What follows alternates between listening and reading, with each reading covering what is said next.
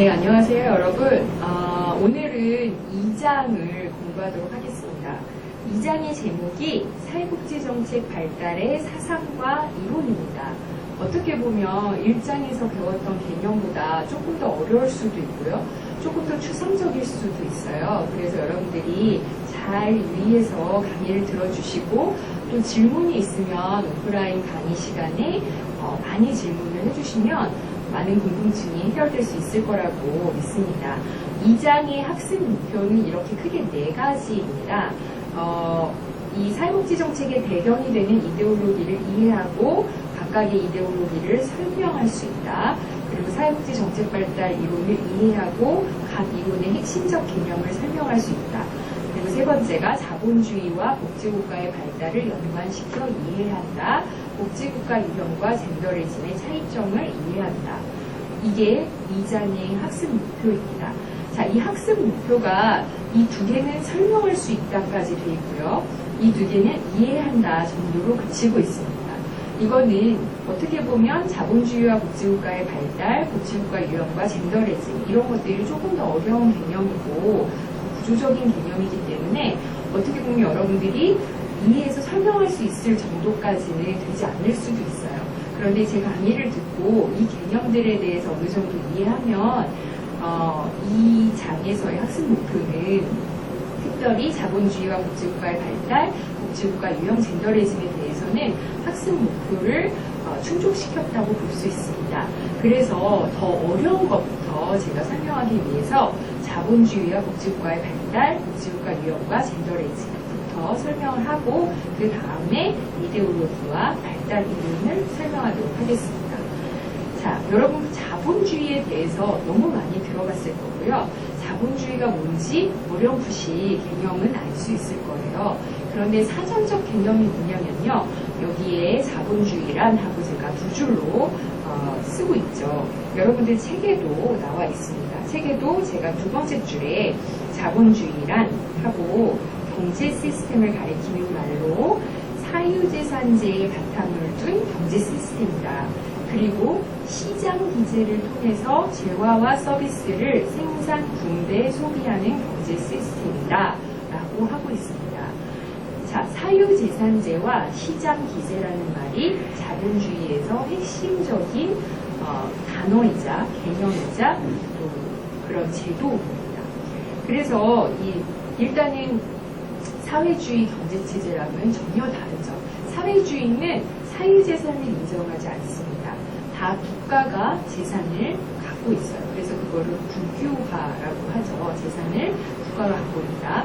그리고 사회주의는 계획경제체제거든요. 그래서 시장이라는 걸 통해서 생산, 분배, 소비하기보다는 국가가 계획을 세워서 이번 올해에는 이거는 이만큼 생산하고 이만큼 소비시키고 또 남는 거는 어떻게 하자라고 국가가 계획을 세우는 거예요. 그런데 자본주의에서는 시장을 통해서 시장이라는 건 여러분들 너무 잘 아는 개념으로 보이지 않는 손이라는 거잖아요. 그래서 우리가 일부러 뭔가를 의도하거나 손이 움직이는 걸 손이 움직이는 걸 보지 못할 정도로 시장에 의해서 자연스럽게 경제가 이루어지는 거거든요. 그래서 이 시장 기제라는 게 되게 중요한 메커니즘이에요. 근데 이 시장이라는 것이 제대로 작동을 하려면 어떻게 해야 되냐면요. 합리적인 행위자가 완전한 정보를 가지고 완전 경쟁을 통해서 합리적인 결정을 해야 돼요.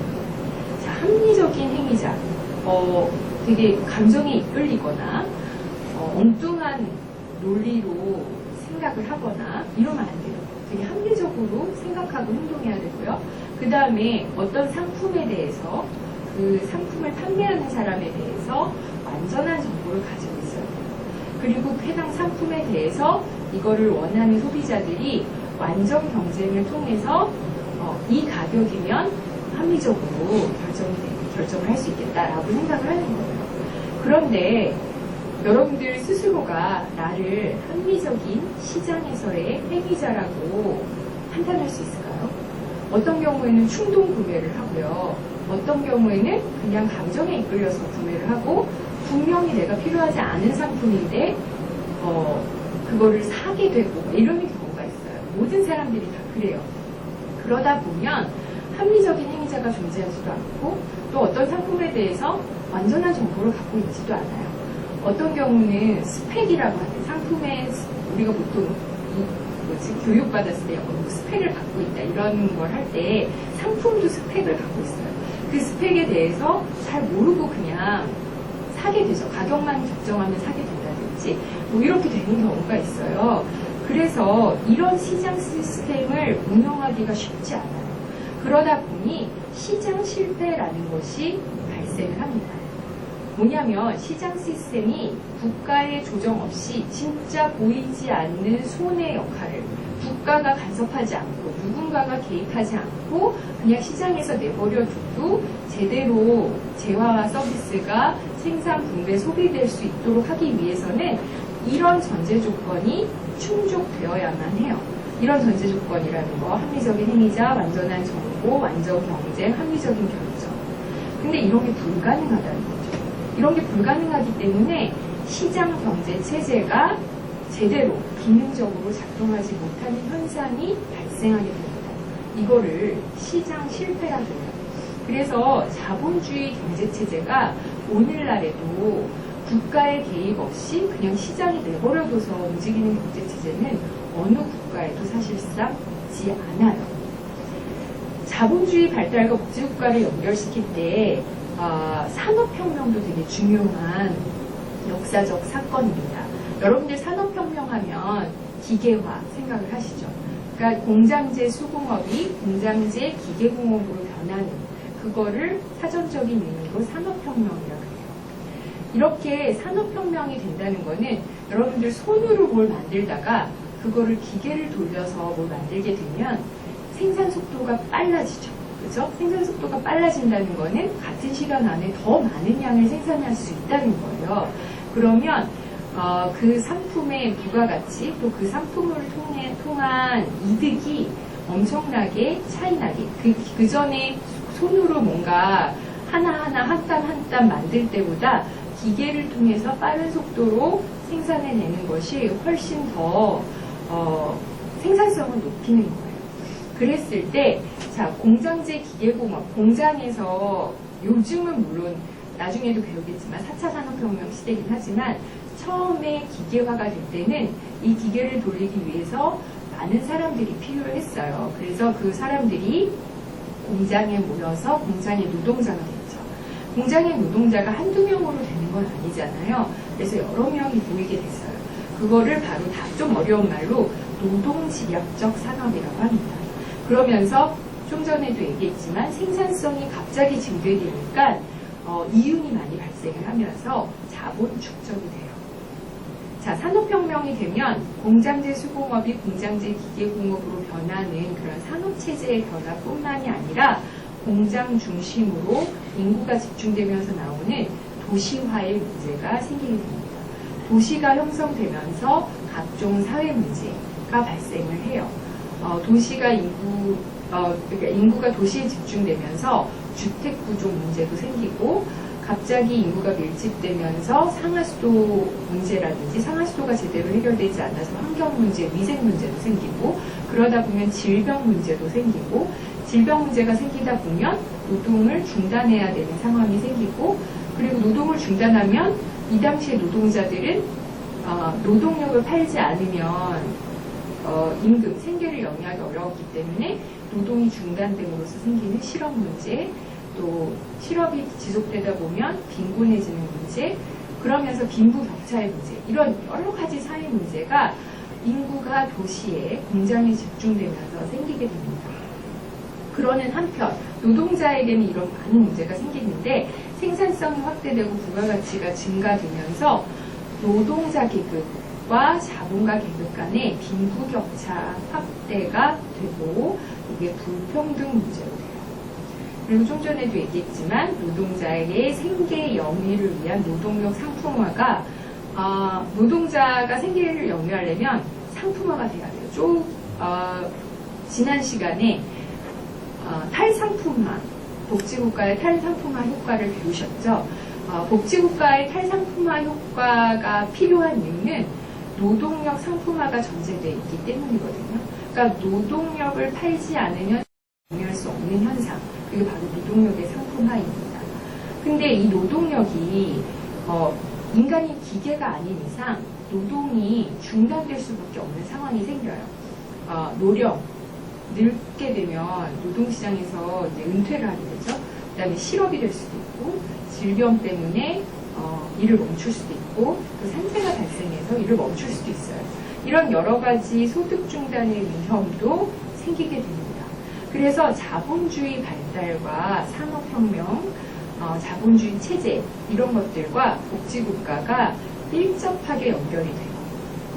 그러면 왜 복지국가가 생겨났느냐에 대해서 조금 더 복지국가 측면에서 얘기를 해보도록 하겠습니다. 자, 야경국가라고 혹시 들어보셨는지 모르겠는데, 야경국가라는 거는 밤의 경찰이라는 뜻이에요. 밤의 경찰. 자본주의 경제체제 모순이 발생하면 국가가 개입을 할 수밖에 없습니다. 국가가 개입을 하는데, 야경국가라는 거는 국가의 역할이 야경 수준에 머무르는 거예요. 그러니까 시장에 별로 개입하지 않고 밤에 치안 정도, 밤에 막 도둑이 든다거나 아니면 밤에 뭐 괴한이 있다거나 어두우면 사람들이 더 공포를 느끼기도 하고 어두우면 또 나쁜 짓을 많이 하기도 하잖아요. 그래서 그 국가 개입이 야경 정도에만 멈추는 게 야경 국가입니다. 그런데 시장 실패가 지속되면서 아까 산업화에 따른 문제들이 또 발생을 하면서 국가가 개입하지 않으면 안 되는 그런 상황이 됐어요. 그래서 복지국가라는 거는 자본주의 경제체제에서 불가피하게 발생하는 빈곤과 불평등, 또 노동 중단으로 인한 소득 감소에 대해서 국가의 개입 없이는 자본주의 시스템을 유지할 수 없게 된 것, 이 현상에 대해서 국가가 개입을 합니다. 그래서 아까 자본주의에서 얘기를 했지만 요즘에는 국가가 개입하지 않는 자본주의는 거의 없어요. 그냥 순수 자본주의라는 경제체제는 운영될 수가 없어요. 왜냐하면 시장은 실패하게 마련이고 그런 시장 실패에 대해서 국가가 개입하지 않으면 각종 문제가 생기니까요. 그래서 그거를 우리가 수정 자본주의, 조정된 시장 경제, 또 여기다 복지자를 넣어서 복지 자본주의라고 하기도 합니다. 그래서 복지국가라는 것이 만들어졌어요. 복지국가라는 것은 시장 경제 체제에 국가가 개입을 하는 거예요. 그래서 수정 자본주의라고도 하고 조정된 시장 경제라고도 하고 복지 자본주의라고도 해요. 이 복지국가가 가장 발달했던 시기를 복지국가 황금기라고 합니다. 그러니까 복지국가가 등장한 이후에 아마 국가에 따라서 1920, 30년대부터 시장 실패를 보완하기 위해서 국가가 개입을 하기 시작했죠.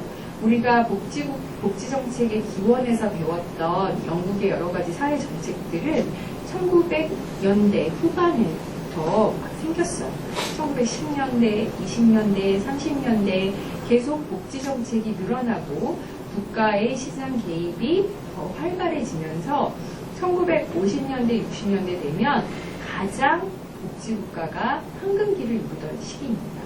그때 어떤 현상이 일어났냐면 주로 서구의 선진국들을 중심으로 복지 지출이 급격히 확대가 되고 이때는 또 경제 성장과 복지 지출의 성장이 같이 이루어지는 동반 증가라고 여기 써 있는데 경제도 성장하고 복지 지출도 성장하던 시기였어요.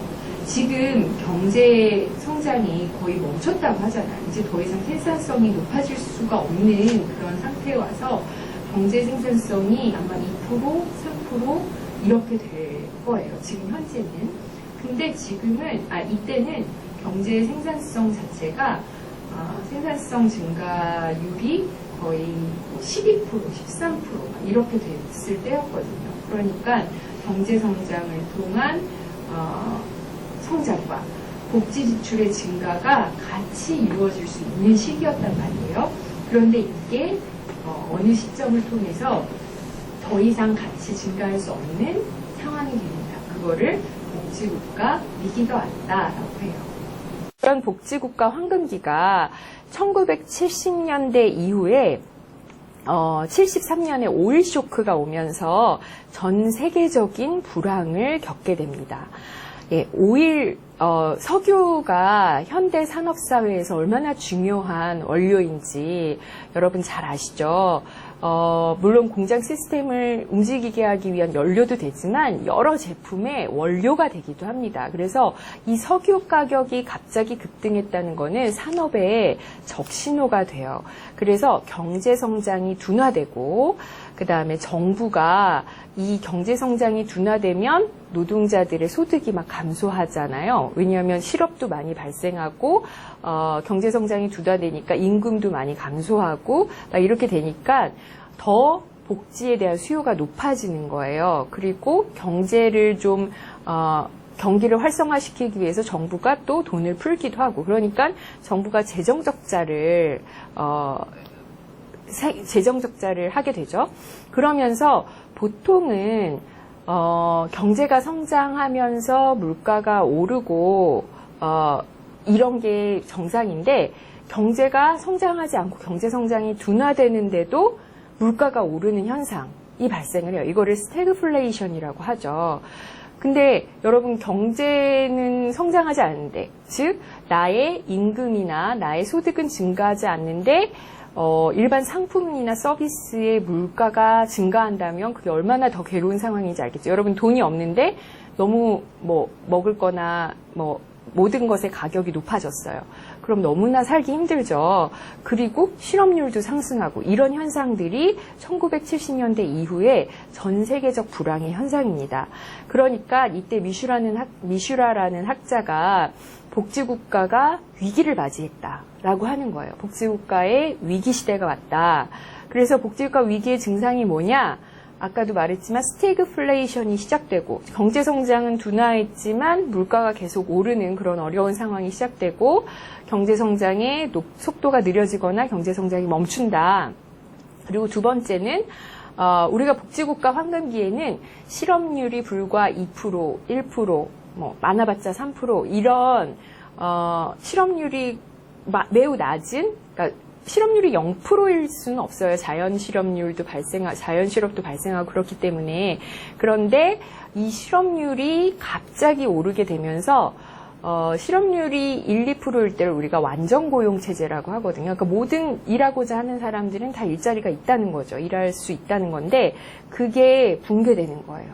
그게 붕괴되고 대량 실업, 그냥 자연 실업이라 계절적 실업이라 그래서 그냥 겨울에는 건축이 별로 활성화되지 않으니까 건설 산업이 활성화되지 않으니까 겨울에는 잠시 일을 쉬었다가 봄이 되면 다시 이제 일을 시작하고 이런 계절적 실업이 있거든요. 그런 계절적 실업도 아니고 대량 실업이 계속 지속적으로 발생을 하는 거예요. 얼마나 어렵겠어요. 그죠? 그리고 국가 재정 적자가 확대되고 국가 재정 적자가 확대되면은 당연히 국가가 정부 지출을 줄이려고 하겠죠. 적자를 하면서까지 정부 지출을 늘릴 수는 없잖아요. 그러니까 사회적 서비스 지출을 정부가 의도적으로 삭감하려고 해요. 그러다 보면 복지 서비스나 복지 급여를 국가로부터 받던 사람들은 갑자기 서비스 양이 줄어든다든지 급여 양이 감소되니까 복지국가 시스템에 대한 국민의 신뢰가 상실되는, 그러니까 복지국가가 그야말로 위기 상황이 되는 거죠. 이렇게 복지국가가 위기가 왔다라고 보는 사람들이 있었어요. 그런데 이 복지국가 위기에 대한 시각도 이게 진짜 위기다. 이거를 복지국가가 실패했다. 복지국가는 더 이상 좋은 시스템이 아니다라고 보는 시각도 있는 반면에 복지국가의 위기가 복지국가 실패가 아니고 복지국가는 변함없이 그 체제를 유지한다. 라고 보는 시각이 있었어요. 이거를 복지국가 위기 반대론이라고도 하는데, 이 복지국가 위기 반대론, 복지국가 위기가 아니다라고 보는 입장은 크게 두 가지가 있습니다. 여러분들 책 그 74페이지에 보시면 한 세 번째 단락쯤에 복지국가의 위기에 대한 반대론은 다시 불가역성론과 성숙론으로 구별할 수 있다라고 했죠. 불가역성론과 성숙론 이렇게 두 가지의 시각으로 구분이 되는데 불가역성론은 다시 돌아갈 수 없다라는 거예요. 예, 여기 역행한다는 뜻이거든요. 그래서 다시 돌아갈 수 없다. 뭐냐면 경제위기 이후에 복지 지출이 감소된 것은 사실이지만 그 삭감액의 수준은 매우 미미하다. 예, 경제위기만큼 삭감을 했으면 확 삭감이 됐어야 되는데 그 삭감액 자체가 그렇게 크지 않다. 비슷한 얘기죠. 복지 지출 성장률의 등하폭이 경제 성장률 둔화폭보다 크지 않다. 비슷한 얘기예요. 예, 경제 성장은 너무나 경제 성장률이 낮아졌지만 복지 지출은 그렇게 많이 낮아지지 않았다. 그리고 복지국가에 대한 지지가 줄어들었다는 거에 대해서도 전반적으로 사람들이 좀 잘 살게 되면서 정치에 무관심하게 됐다라는 거예요. 그래서 정치 자체의 무관심에 비하면 사실은 복지국가를 많이 확대하자고 주장했던 정당들은 좌파 정당이 많거든요. 좌파 정당이라는 거는 대표적인 예로 북유럽 국가들의 사회민주당이 있고요. 영국 같은 경우는 노동당, 그리고 미국은 좌파라고 할 수는 없지만 어쨌든 상대적으로 보수당과 민주당을 비교했을 때 민주당이 조금 더 좌쪽에 가 있죠. 우리나라로 치면 민주당과 자유한국당을 비교해 볼 때 더불어민주당이 조금 더 좌측에 가 있죠. 그랬을 때 전반적인 정치 자체의 무관심에 비하면 좌파 정당의 지지도는 그렇게 낮아지지 않았다라고 주장하는 사람들이 바로 불가역성을 주장하는 사람입니다. 그러니까 불가역성은 뭐냐면 복지국가의 확대, 즉 복지 지출의 증대 양상은 정치적 이유로나 아니면은 복지 정책에 대한 수요의 증가 때문에 바로 복지 프로그램을 확 줄이지 못하게 된다. 복지 프로그램 축소로 전환하기 어렵다라고 보는 게 불가역성론이에요.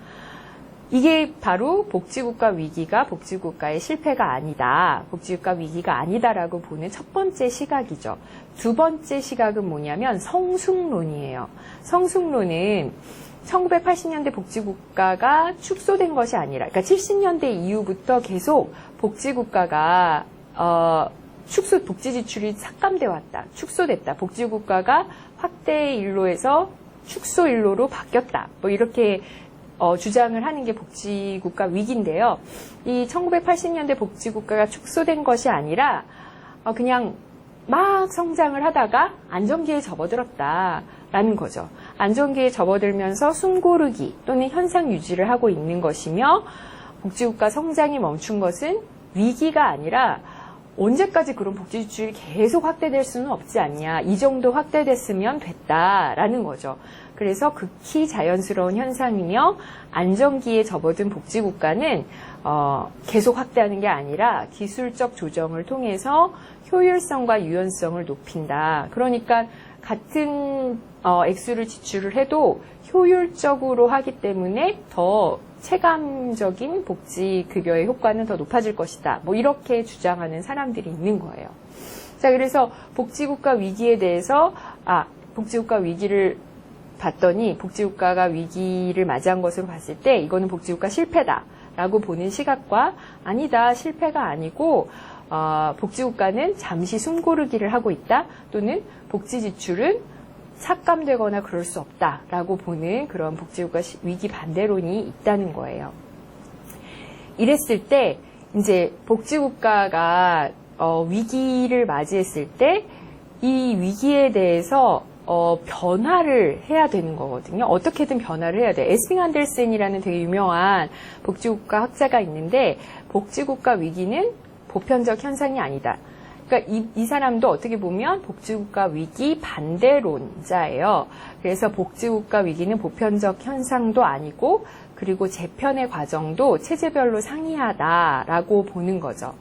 그래서 복지국가가 이런 생각을 가진 사람도 있었어요. 그러니까 특히 영국 같은 경우는 이제 보수당의 대처 수상이 집권을 하면서 많이 민영화를 시키고, 국가에서 하던 여러 가지 복지 서비스를 민영화를 시키고, 국가가 되도록이면 간섭을 안 하려고 하고, 여러분들 야경 국가에서 복지 국가로의 전환은 국가가 간섭을 안 하던 거에서 간섭을 확대하는 걸로 변한 거잖아요. 근데 다시 복지 국가가, 정부가 더 이상 시장에 간섭을 안 하는 쪽으로 가야 된다라고 해서 그쪽으로 이제 복지국가의 변화를 시도한 국가들이 있었던 거죠.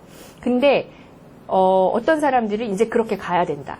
복지를 축소해야 되고, 국가가 더 이상 이제 간섭을 줄여 나가야 되고, 시장이 되도록 맡겨야 된다라고 주장한 사람들이 많았던 거예요. 그렇지만 그게 보편적으로 모든 국가가 다 그렇게 가야 되는 것도 아니고, 그렇게 가지도 않았다라고 주장하는 게 에스핑 안델센의 주장이죠. 그러면서 그렇다고 복지국가가 그냥 이대로 계속 확대 일로로 갈 수 있느냐 보면은 그건 또 아니라는 거죠. 복지국가의 위기까지는 아니더라도 복지국가를 확대시켰던 그 확대의 그 이면에는 1920년대 후반에 케인즈주의 처방에 따른 인플레이션 없는 유효 수요 창출, 완전 고용, 경제 성장, 복지 지출의 동반 성장, 이런 것들이 가능했었던 거거든요. 처음에는. 왜냐하면 생산성이 막 증대되면서 그 생산성의 그것이 임금으로 많이 갔다는 거예요. 그러니까 노동자들이 그 자본주의 초기에는 저임금에 시달렸지만 생산성이 높아지면서, 그리고 좌파 정당이나 노동자들을 위한 정당이 집권을 하면서 그 자본주의 경제 성장의 열매가 노동자들에게 많이 갔다는 거거든요. 그런데 그런 것들이 가능하지는 않을 것이다 라는 거죠. 그런 것들이 가능하지는 않을 것이고, 그치만 그렇다고 완전히 민영화, 국가가 계속 간섭을 안 하는 민영화로 갈 것이냐? 그건 또 아닐 것이다. 그리고 모든 국가가 다 또 복지국가 확대 쪽으로 가지는 않을 것이다. 그 재편의 방식은 국가마다 다양하고, 모든 국가가 신자유주의 이데올로기에 따라서 민영화와 복지지출 삭감의 양태로 재편되지는 않았다는 것이 이제 주장이고요. 어느 정도는 그래도 복지다원주의, 민영화, 급여 수준 감소 등의 방향을 취할 것이라는 예상은 할 수 있습니다. 그러니까 복지 지출이 막 확 삭감되지는 않더라도 어느 정도의 조정, 어느 정도의 민영화, 이런 것들은 국가마다 일정 정도 이루어질 것이다 라는 것이 에스핑 안델센의 시각입니다. 자, 여기까지 일단 하고요. 다시 쉬었다가 4차 산업혁명에 대해서 설명을 하도록 하겠습니다. 예, 여러분, 앞에서 우리가 자본주의와 복지국가의 관계, 그리고 복지국가의 위기와, 그리고 그 복지국가를 위기로 보느냐, 보지 않느냐, 이런 것들에 대해서 얘기를 했다면, 사실 그 복지국가의 초기 발달에서 산업혁명과의 관계도 잠깐 설명했던 걸로 기억해요. 여러분 기억나시죠? 그런데 요즘에 많이 회자되는 말이 뭐가 있냐면 4차 산업혁명입니다. 여러분 4차 산업혁명 귀에 딱지가 않도록 많이 들었을 거라고 생각하는데, 이 4차 산업혁명이 복지국가와 관계가 있는 거거든요. 전혀 뜻밖이죠. 4차 산업혁명은 기술, 통신, 인공지능 이런 것과 관계가 있는 것 같았는데, 어떻게 복지국가와 관계가 있는지를 제가 여기서 설명을 드리려고 합니다. 자, 여기에 제가 이렇게 질문을 해놨어요. 1970년대 복지국가의 위기와 재편 이후 현재 복지국가 체제가 4차 산업혁명 이후 노동시장의 변화에 대응할 수 있는가? 라는 거죠. 이런 질문을 던져놨어요. 우리가 복지국가의 위기에 대해서 배웠고요. 그리고 재편에 대해서도 조금은 배웠어요. 그리고 현재 복지국가 체제가 4차 산업혁명 이후의 노동시장 변화에 대응할 수 있는가? 라는 질문을 던졌습니다. 자, 4차 산업혁명에 대해서 혹시라도 모르는 학생들을 위해서 잠깐 설명을 하도록 하겠습니다. 이 말은 2016년 1월에 스위스 다보스에서 있었던 세계 경제 포럼에서 클라우스 슈밥이라는 사람이 말한 건데요. 디지털 혁명인 3차 산업혁명에 기반을 두고 있으며 디지털뿐만이 아니라 물리, 바이오 같은 기존 영역의 경계가 사라지면서 융합되는 기술적인 혁명이다라고 설명을 했어요. 이 말이 약간 이해가 안 된다면 우리가 4차 산업혁명이라고 하는데 이게 1차, 2차, 3차가 있었다는 거 아니에요? 그게 각각 어떻게 되는지를 한번 짚어보고 넘어가겠습니다. 자, 처음에 우리가 산업혁명과 복지국가의 그 산업화 얘기가 나왔을 때는 거의 1차 산업혁명에 대한 얘기였어요. 그러니까 18세기에 증기기관이 발명이 되면서 증기기관의 바탕에 기계가 발전이 됐죠. 그러니까 사람들이 아까도 제가 얘기했지만 사람들이 손으로 물건을 만들다가 기계가 물건을 만들면서 얼마나 생산성이 증가했겠어요. 그래서 그 의미가 증기기관과 관련된 기술을 통한 기계화 혁명이라고 볼 수 있습니다. 그렇다면 2차 산업혁명은 뭐냐? 이거는 19세기에서 20세기 초에 이 기계화뿐만이 아니라 이제 전기와 조립 라인이 출현되면서 작업 방식이, 그러니까 사람들이 물건 하나를 한 사람이 완전히 만드는 게 아니라 이렇게 조립 라인이 돌아가면서 어떤 사람은 바퀴만 만들고 어떤 사람은 핸들만 만들고 뭐 어떤 사람은 나사만 조이고 이렇게 하는 그 작업 방식의 표준화에 따라서 기업이나 국가 수준에서 대량 생산이 가능하게 된 체제. 이거는 1차 산업혁명보다도 훨씬 더 생산성이 많이 증대됐을 거라는 게 예상이 가잖아요. 그런데 기계화가 조립 라인으로 되면서 한 사람이 예전에 장인이 가방을 하나 만드는 거와 여러 사람이 가방에 자크만 만들고 가죽만, 손잡이만 만들고 이렇게 했을 때 그 인간의 장인으로서의 육체 노동을 기계가 많이 대체하는 현상이 나타나죠. 이게 의미가 뭐냐면 전기와 조립 라인을 통한 대량 생산 혁명이라는 것입니다. 근데 3차 산업혁명은 꽤 최근이에요. 20세기 후반에 나타났는데 이거는 아무래도 디지털 혁명이죠.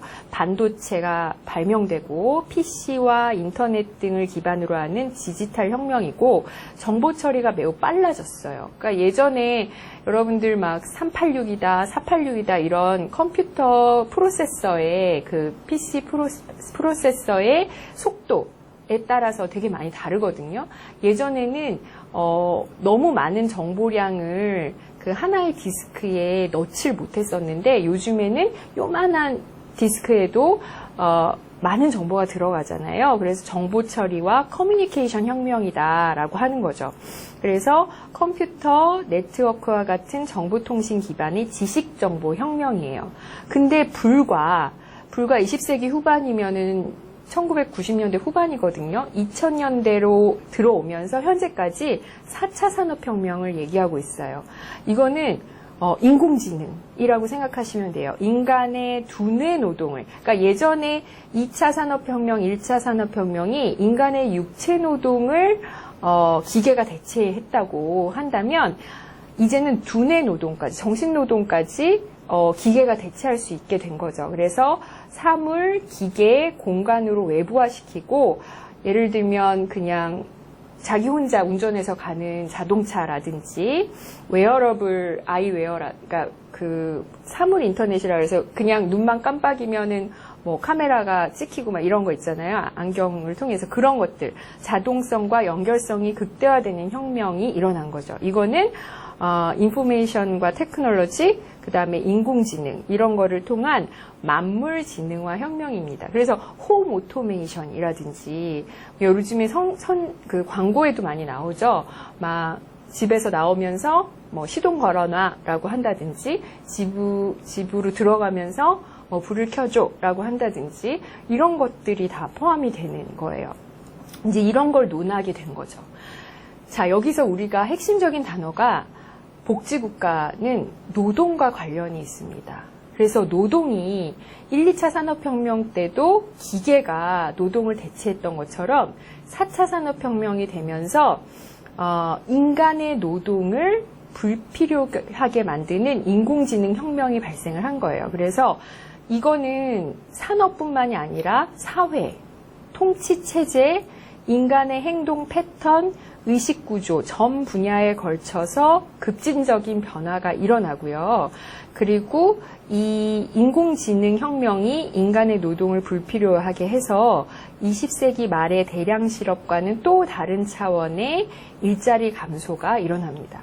그래서 저숙련 작업뿐만이 아니라 중숙련 직업까지도 자동화가 되면서 인간의 노동을 대체할 수 있게 돼요. 그러면 노동이 이제 일자리가 많이 없어지는 거죠. 기계가 이 모든 일들을 하면서 인간이 더 이상 일을 할 수 없는 상황이 되기도 한다는 거예요. 자, 여기서 조금 다른 얘기를 하려고 하는데 여러분들 그 문재인 정부가 임금주도 성장론을 기반으로 한다고 하는 얘기를 들어보셨을지 모르겠어요. 이 임금주도 성장론이라는 게 우리가 이전에 얘기했던 복지국가의 위기, 그러니까 경제성장이 둔화되고 정부 재정 적자가 계속되면서 많은 정부에서 하던 역할이 민영화되고 자유화되고 이런 것들이 사실은 신자유주의 전략인데 노동시장이 유연화되고 예를 들면 사람들이 평생 고용이 아니라 계속 이제 직장이 고용 안정성도 약화되고 임금도 많이 유연화되고 성과급 체계라든지 이렇게 되고 노동 시간도 9시부터 6시까지가 아니라 탄력적으로 노동 시간도 운영되고 이런 노동시장 유연화가 일어나고 또 해고도 자연스럽게 할 수 있고 이런 그렇게 되면서 노동시장 유연화가 됐는데 이게 사실은 되게 인간의 복지나 인간의 고용 안정성에는 큰 해를 주는 거죠. 그리고 최저임금도 아무래도 생산성이 줄어들다 보면 경제 생산성과 임금의 그 성장, 임금의 증가는 매우 밀접하게 연관이 돼 있어요. 그러니까 경제 생산성이 높아지면 임금도 많이 증가하게 되거든요. 근데 경제 생산성이 낮아지면서 임금 성장률도 줄어드는 거예요. 그러니까 최저임금도 어떤 국가에서는 막 많이 오르지 않고 인하되고 또 복지도 축소되고 이런 신자유주의 전략이 많은 이제 국가에서 행해졌어요. 그런데 이런 거에 대한 비판과 함께 제기된 이론인데 경제 성장에 노동 비용이 너무 많이 든다. 그래서 이 노동 비용이 너무 많이 들어서 경제 성장을 약화시킨다라고 했던 것을 거꾸로 생각해서 임금이 높아져야지 총 수요도 높아지고 노동 생산성을 창출하고 확대하는 새로운 전략으로 활용 가능하다. 그러니까 사람들이 임금이 높아져야지 사고 싶은 것도 많아지고 그러면 소비할 게 많아지면 이제 그 산업 쪽에서도 많은 상품을 생산하게 되고 그래서 그 경제가 호순환을 한다라고 보는 거죠. 그래서 신노동적 분배 정책, 즉 복지 확대와 함께 가계소득을 견인하는 실질 임금의 상승을 같이 추구하는 거예요. 대표적인 예가 최저임금을 인상시키는 거죠. 그래서 가계소득을 높이고 가계소득이 높아지면 그만큼 소비를 많이 하게 하고 소비를 많이 하면 그만큼 산업에서도 여러 가지 물건들을 많이 만들게 되고 그래서 경제가 활성화된다. 이렇게 보는 게 임금주도 성장론이에요. 그러니까 임금이 높아져야 경제도 성장한다. 이렇게 보는 이론이죠. 그러니까 그전에는 임금이 너무 높아서 노동 비용이 많이 들어서 생산성이 다운된다라고 봤던 거로 완전히 뒤집은 거죠. 그래서 이 임금주도 성장론을 제기를 했는데 문제는 임금이라는 건 노동을 해야지 임금을 받잖아요. 노동을 해야지 임금을 받는데 일자리 자체가 많이 줄어들면 임금을 얻을 수 있는 기회도 많이 줄어드는 거 아니냐. 4차 산업혁명, 아까 조금 전에 얘기했던 4차 산업혁명으로 인해서 노동시장의 일자리가 감소하면 임금주도 성장론이 과연 실효성이 있느냐라는 비판을 제기를 하는 거예요. 그리고 지금 현재 복지국가 체계는 사실상 사회보험제도, 그러니까 고용에 기반해서 근로를 하면 보험료를 내고 그거에 따라서 나중에 연금도 받고 의료보험도 가입하고 또 고용보험에 따른 실업급여도 받고 산재에 따른 산재급여도 받고 이렇게 되는 사회보험 중심의 복지체제인데 이게 과연 고용을 기반한 이 사회보험 체제가 계속해서 지속 가능한가라는 이제 문제 제기가 많이 되고 있어요. 이거에 대해서 어떤 학자들은 이제 기본소득이란 제도를 들고 나옵니다. 이 기본소득이라는 거는 우리가 보통 사회복지 정책의 급여를 할 때 여러 가지를 근거로 해요. 예를 들면 사회보험료를 냈기 때문에 그거에 따라서 나중에 뭐 이런 사회적 위험이 닥쳤을 때 급여를 제공한다도 있지만 그런 사회보험료를 낼 형편이 안 되면서 생계의 위협을 받을 때는 이제 기본적인 생계 보장을 위해서 공공부조라는 제도를 운영을 하잖아요. 근데 그 공공부조라는 제도는 일정한 소득 자산 조사를 거쳐서 일정 소득 미만의 대상자에게 복지급여를 제공을 하는 거예요. 그런데 그런 자산 조사나 근로에 대한 요구 없이 모든 사람들에게, 모든 아이나 어른이나 노인이나 할 것 없이 모든 국민들에게 무조건적으로 제공되는 주기적인 현금이에요. 예를 들면 지금은 아동이니까 아동수당을 받고 노인이니까 기초연금을 받고 이게 아니라 모든 국민이 다 똑같이 현금 50만 원씩 이렇게 주는 제도를 운영하자라는 거죠. 이거를 우리가 기본소득 제도라고 하는데 이거를 사실상 전체 국민에게 실시하는 국가는 아직까지 없어요. 아직까지 없는데 일부 국가에서는 변형된 형태로 또는 특정 지역에서만 하는 데도 있다고 해요. 근데 이 기본소득 제도를 기반으로 하는 복지국가로 변경해야 된다라고 주장하는 사람들이 생기게 됐어요. 그래서 이 4차 산업혁명과 복지국가가 연관성이 있을 수 있다라는 거를 제가 이제 책에서 설명하고 있는 거고요. 이 전에 설명했던 이제 복지국가에 대해서 에스핑 안델센이라는 사람은 복지국가가 다 똑같이 생긴 게 아니다. 복지국가가 다 같은 형태로 운영되는 게 아니다라고 하면서 복지정책의 탈상품화와 계층화에 따라서 자유주의적 복지국가, 보수주의적 복지국가, 조합주의적 복지국가, 사회민주적 복지국가로 유형화를 했어요. 이 탈상품화라는 게 뭐냐면 탈상품화라는 것은 이제 상품화를 벗어난다는, 탈자가 벗어난다는 의미거든요. 여기서 상품화라는 거는 노동력을 상품화한다는 거예요. 우리가 자본주의 발달에서 배웠던 것처럼 자본주의 경제체제에서 재산이 없는 노동자들은 노동력을 팔지 않으면 살 수 없는 상황이죠. 그랬을 때 노동력을 상품화하지 않고도 인간적인 생활 수준을 유지할 수 있는 정도가 탈상품화 정도예요. 그러니까 사람들이 계속 태어나서 죽을 때까지 일만 할 수는 없잖아요. 그렇죠?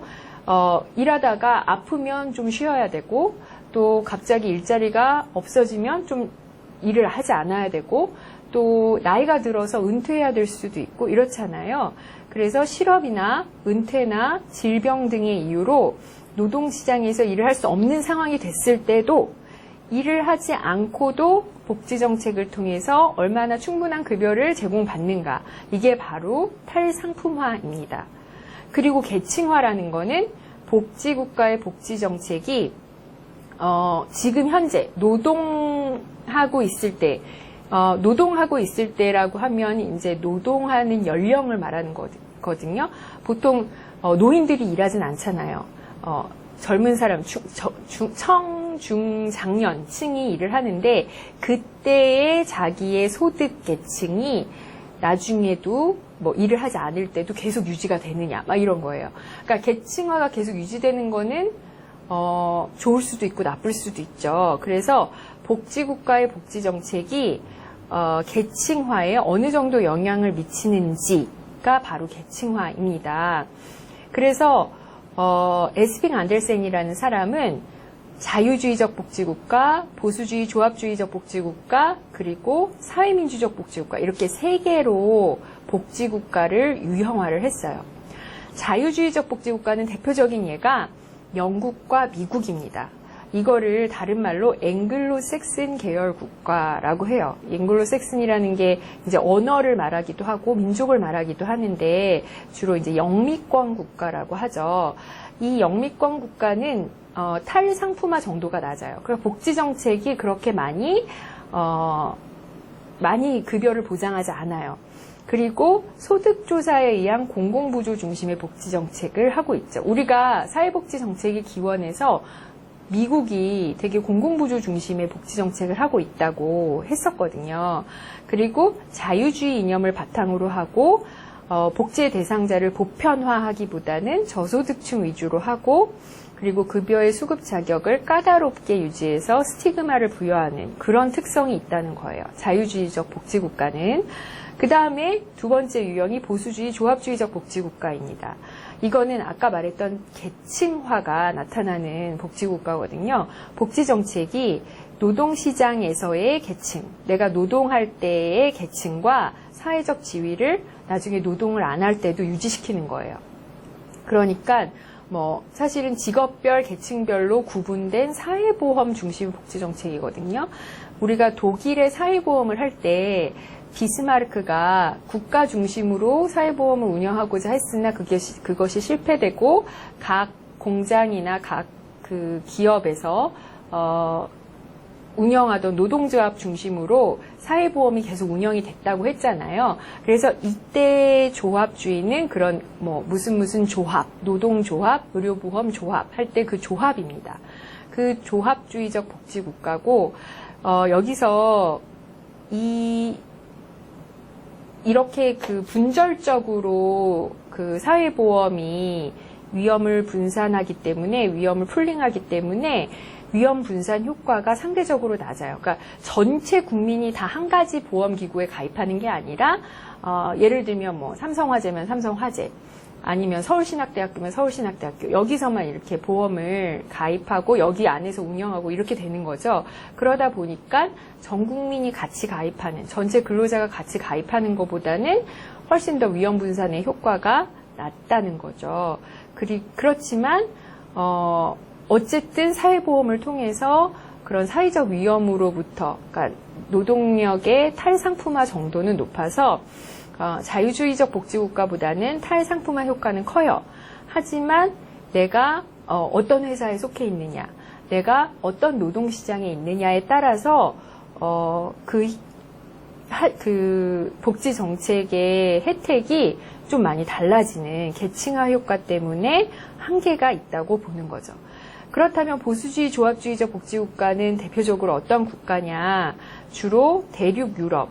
그러니까 이때 에스핑 안델센이 분류했을 때로 치면은 독일이나 프랑스나 오스트리아 같은 국가들이 바로 여기에 속해 있었어요. 그리고 마지막으로 사회민주적 복지국가는 어떤 국가냐? 주로 이제 북유럽 국가들인데요. 사회복지 정책의 대상이 보편주의예요. 보편주의고 탈상품화 효과도 높아요. 그러니까 일을 안 하고 있어도 충분히 복지급여 혜택을 받을 수 있다는 거죠.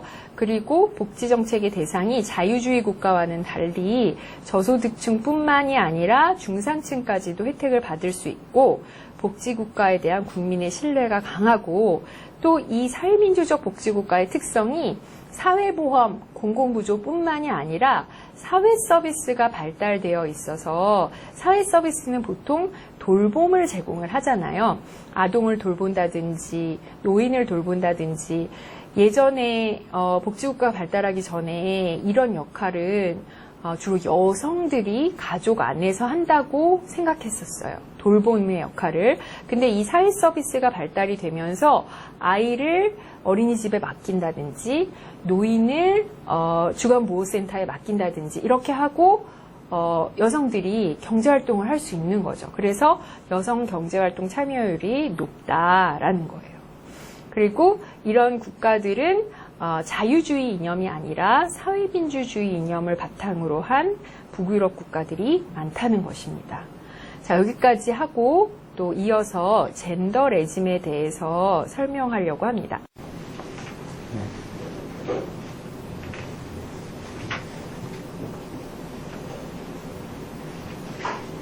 네, 시작할까요? 네.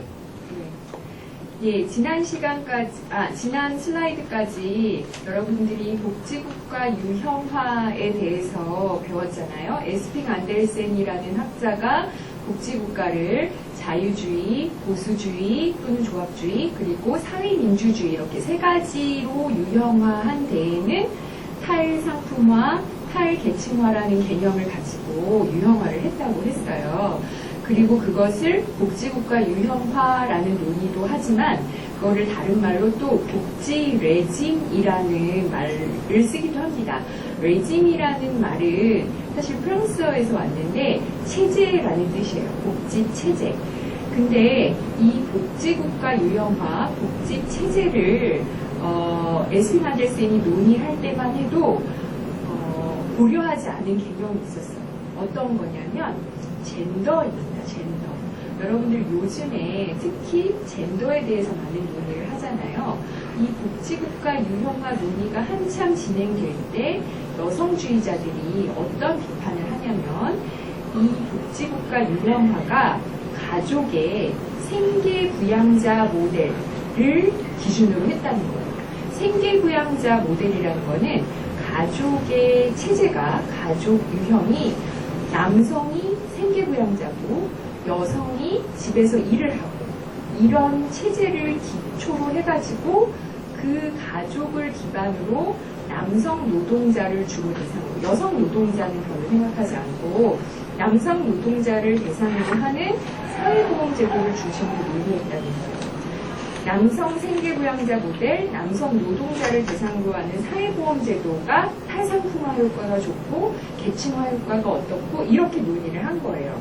이것은 다시 말하면 국가와 시장의 관계에만 관심을 가졌다고 비판을 하는 거예요.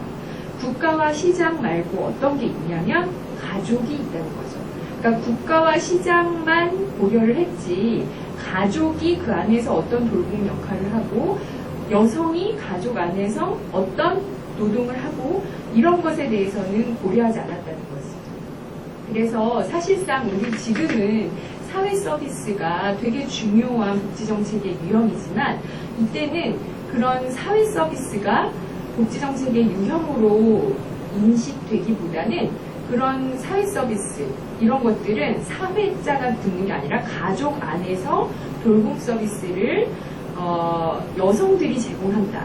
그거를 전제로 깔은 거예요.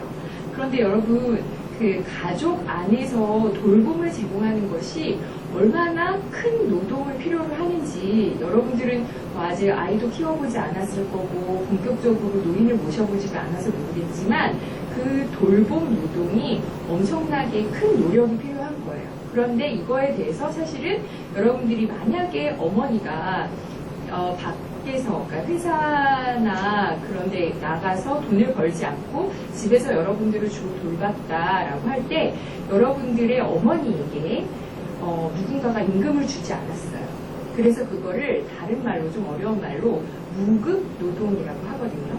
그러면 회사에 나가서 돈을 벌면서 하는 노동을 뭐라고 하냐? 반대로 유급 노동이라고 하는 거예요. 그러니까 지금까지의 복지국가 유형화 논의에서 유급 노동만 고려하고 노동시장만 고려했지 가족, 여성의 무급 노동, 복지의 사적 제공 이런 것들에 대해서는 고려하지 않았다고 여성주의자들이 비판을 합니다. 그리고 탈상품화란 개념, 여러분들 탈상품화란 개념 기억하고 계신가요? 탈상품화란 개념을 다시 한번 보면은 이 탈상품화라는 거는 노동력을 상품화하지 않고도 인간적인 생활 수준을 유지할 수 있는 정도를 의미한다고 했어요. 이거는 전제 조건이 뭐냐면 노동력을 상품화했던 사람들에게만 혜택이 있는 거죠. 왜냐하면 노동력을 상품화하다가 실업, 은퇴, 질병 때문에 더 이상 상품화를 하지 못할 때 복지제도가 이 인간적인 생활 수준을 유지할 수 있을 정도로 정책적으로 급여나 서비스를 제공을 한다는 거예요. 그런데 이 노동력이 상품화되지 않은 사람들이 있었던 거죠. 어떤 사람들이냐면 노동은 하고 있는데 상품화되지 않은 무급 노동을 하고 있었던 거죠. 그래서 탈상품화라는 개념이 돌봄 노동이나 무급 노동 같이 상품화되지 않은 노동을 제공하는 여성에게는 상품화라는 개념, 탈상품화라는 개념이 무의미하다는 거예요. 그래서 여성주의자들이 새롭게 제기한 개념이 뭐냐면 탈가족화입니다. 탈가족화 또는 독립적인 가구를 형성할 수 있는 능력. 자, 그럼 탈가족화가 뭘까요? 탈상품화를 기본으로 해서 한번 적용을 시켜보면 아까 상품화, 노동력의 상품화에 의존하지 않고도 인간적인 생활 수준을 누릴 수 있는 게 탈상품화라고 했다면 탈가족화는 가족의 돌봄에 의존하지 않고도 인간다운 생활을 유지할 수 있는 정도입니다.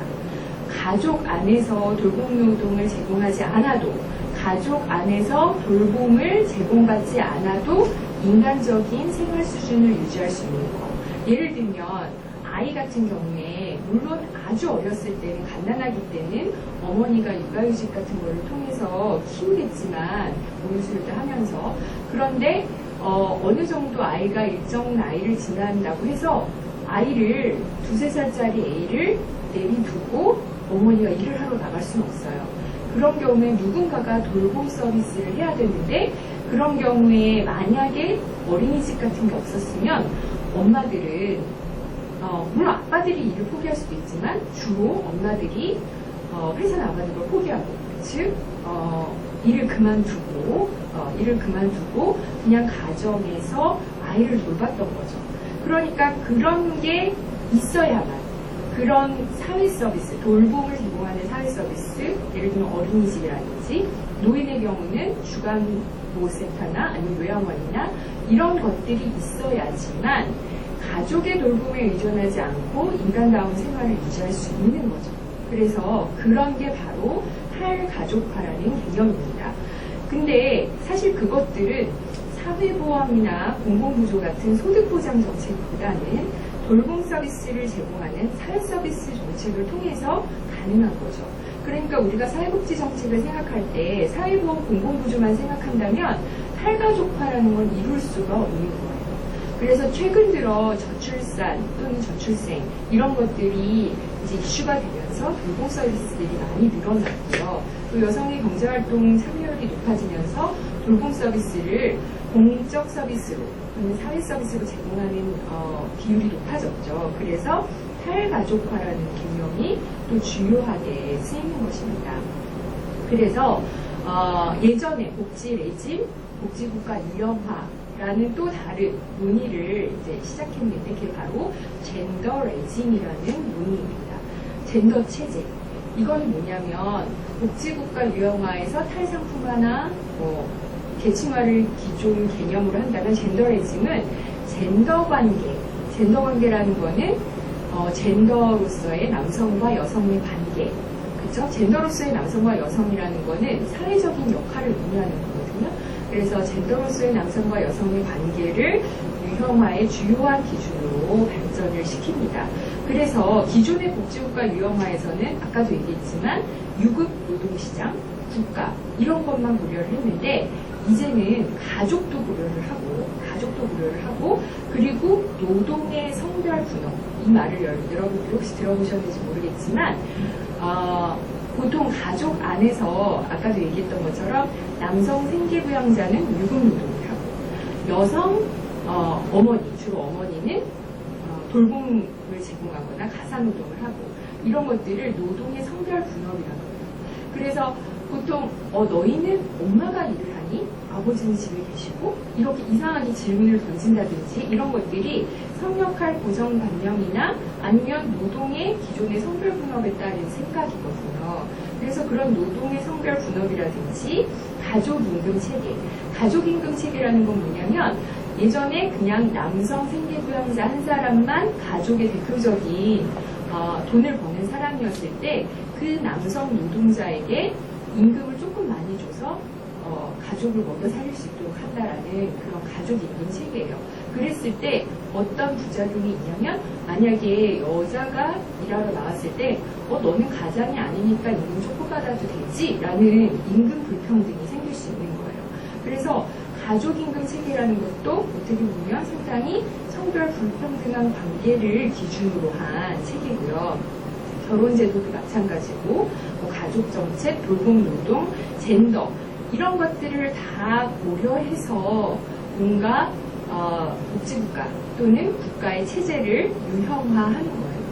그래서 가장 대표적인 아까 그 복지국가 유형화의 대표적인 학자가 에스핀 안델센이라고 했던 것처럼 생스베리라는 사람이, 이 사람은 스웨덴 사람, 에스핀 안델센도 스웨덴 사람이거든요. 근데 이 생스베리라는 사람도 스웨덴 사람이에요. 이 사람이 젠더 레짐을 유형화를 했는데 뭐를 기준으로 했냐면 사회적 권리가 개인에게 주어지는가 가족에게 주어지는가.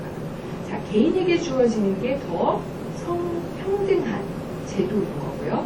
가족에게 주어진다는 거는 그 가족에서 한 사람만 일하면 된다라고 생각하는 성별로 쳤을 때 젠더 관계로서는 좀 불평등한 체계예요.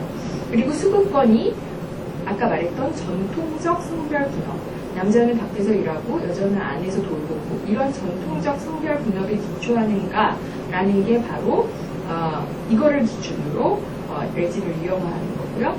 또 돌봄 부담에 대해서 국가가 어느 정도 책임지는가 하는 거예요. 국가가 돌봄 부담에 대해서 책임을 많이 진다면 여성들은 집안에 머물러 있지 않고 밖에 나가서 노동을 함으로써 유급노동을 함으로써 경제활동을 할 수 있는 거죠. 그리고 유급노동에 대한 접근성이 성별에 따라 어느 정도 달라지는가. 예를 들어 고용차별이 있다, 성차별이 있다거나 임금에서 너무나 큰 성차별이 있다면 이런 거예요. 일단 고용은 됐어요. 일단 고용은 됐는데 임금이 남녀 간의 차이가 있으면 남자들은 이 돈을 벌어서 가족을 먹여 살려야지. 그리고 돌보는 거는 누군가가 해야 돼. 근데 여자들이 버는 돈이 돌봄 서비스를 충당할 만큼 많이 벌지 못해. 그럼 결과적으로 장단점을 따라서 득실을 따져서 여자들은 그냥 뭐하러 이 돈 버느라고 일해? 이렇게 되는 거예요. 그러니까 유급노동에 대한 접근성이라는 것도 어떻게 보면 성차별이 존재하는가, 노동시장에 성차별이 존재하는가 이거에 따라서 젠더 레짐이 유형화된다는 것입니다. 그래서 크게 세 가지로 유형화를 했어요. 가장 성평등하지 않은 모델이 남성 생계부양자 모델입니다. 이거는 엄격한 성별분업 이데올로기를 따르고 남성 가장이 사회보장제도의 수급권을 가지고 과세도 합산을 한다는 거는 개별과세라는 달리 만약에 합산과세를 하면 남편과 아내의 소득을 합쳐서 과세를 할 때 더 유리하게 세율을 더 유리하게 매기게 해주는 거예요. 그러면 만약에 남편과 아내의 소득이 합쳐져서 더 유리하게 되면은 그냥 한쪽에 몰아주자 이런 식으로 논의가 될 수도 있는 거거든요. 그래서 합산과세가 어떻게 보면 양성평등하지 않은 과세 체계고요. 그다음에 남성에게 유리한 노동시장이면 또 여성이 노동시장으로 진출하기 어려운 구조일 거고요. 그다음에 돌봄에 대해서 국가에서 책임지지 않고 개인이 알아서 가족 안에서 책임져라. 그리고 돌봄 노동에 대해서 보상을 해주지 않는다라고 하면 여성은 노동시장에 나가서 힘들게 일하기보다는 일을 그만두고 집에서 아이를 돌보거나 노인을 돌보거나 이런 선택을 할 수밖에 없는 거죠. 그래서 남성 부양자 모델이 있고요. 두 번째는 분리된 성역할 모델이에요. 이것도 어떻게 보면 성별로 불평등하긴 하지만 이 남성 부양자 모델과의 차이점이 있다면 돌봄 노동에 대한 보상을 해주는 거예요. 그러니까 남성 부양자 모델은 집에서 여성이 아이를 돌보는 게 너무나 당연하고 이거에 대해서 수당 같은 걸 주지 않아요. 근데 분리된 성역할 모델은 집에서 여성이 아이를 돌보는 거에 대해서 수당 같은 걸 줌으로써 이 돌봄 노동에 대해서 무급으로 하는 게 아니라 보상을 어느 정도 준다는 거죠. 하지만 나머지는 여전히 성별분업 이데올로기, 가족수 국권, 합상과세, 남성에게 유리한 노동시장 이런 게 있는 거예요. 더 평등한 젠더레이즘은 뭐냐면 개별화된 소득 돌봄 모델입니다. 이건 뭐냐면 남성은 소득자, 여성은 돌봄자. 이게 아니라 남성과 여성 모두 소득자도 될 수 있고 돌봄자도 될 수 있는 거예요. 그리고 시민권이나 거주에 기반한 개인 수급권, 가족 수급권이 아니라 개인별로 수급권을 가지고 과세도 개별로 하고, 그리고 양성 모두에게 유리한 노동시장이 있고, 그 다음에 돌봄 책임이 국가에게 있어서 가족 구성원이 마음 놓고 노동시장에 나가서 경제활동을 할 수 있는 그런 것들이 개별화된 소득 돌봄 모델입니다. 또한 돌봄 서비스를 국가가 제공하면서 만약에 불가피하게 예를 들면 출산하자마자는 여성이 나가서 일하기가 힘들어요. 그럴 때는 집에서 육아를 할 때 보상을 충분히 해준다든지 이런 것들이 개별화된 소득 돌봄 모델입니다. 자, 그래서 젠더레즘이 이렇게 나눠지는 거예요. 자, 여기까지 하고 이제 이데올로기에 대해서 배우겠습니다.